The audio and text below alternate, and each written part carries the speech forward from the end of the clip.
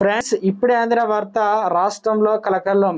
Hyderabad mayor ఇంట్లో rowdy sheeter అంటూ వార్తలు అయితే వినిపిస్తున్నాయి. దీనికి సంబంధించి వివరాలు చెప్పడానికి వీడియో చేయడం జరుగుతుంది. చాలా మంది వీడియోస్ ఉన్నారు కానీ సబ్స్క్రైబ్ మర్చిపోతున్నారు. దయచేసి ఛానల్ సబ్స్క్రైబ్ చేసుకొని బెల్ ఐకాన్ ఆల్ పైన ట్యాప్ చేయండి. ఇటువంటి ఇంపార్టెంట్ ఇన్ఫర్మేషన్ మిస్ అవ్వకుండా మీ ఫోన్ నోటిఫికేషన్ రూపంలో వస్తుందండి. చాలా మంది చూస్తున్నారు కానీ లైక్ చేయడం లేదని దయచేసి లైక్ చేయండి. ఇన్ఫర్మేషన్ అందరూ రీచ్ చేసిన వారు అవుతాం. లోక్సభ ఎన్నికల వేళ బంజారా హిల్స్ లోని ఎన్బిటి నగర్ లో సంచలనం చోటు చేసుకుంది. పట్టపగలే యూసఫ్ గూడకు చెందినటువంటి రౌడీ షీటర్ లక్ష్మణ్ హల్చల్ సృష్టించాడు. అర్ధరాత్రి ఏకంగా మేయర్ విజయలక్ష్మి ఇంట్లోకి చొరబడ్డాడు. అనంతరం ఆమె గదిలోకి వెళ్లేందుకు ప్రయత్నిస్తుండగా సిబ్బందిని అతన్ని చాకచక్యంగా అదుపులోకి తీసుకున్నారు. అనంతరం తనకు ఓ సమస్య ఉందని, అదే విషయమై విజయలక్ష్మితో మాట్లాడాలంటూ కాసేపు సిబ్బందితో వాగ్వాదానికి దిగాడు. అయితే ఈ ఘటన జరిగిన సమయంలో మేయర్ విజయలక్ష్మి ఇంట్లో లేరని తెలుస్తుంది.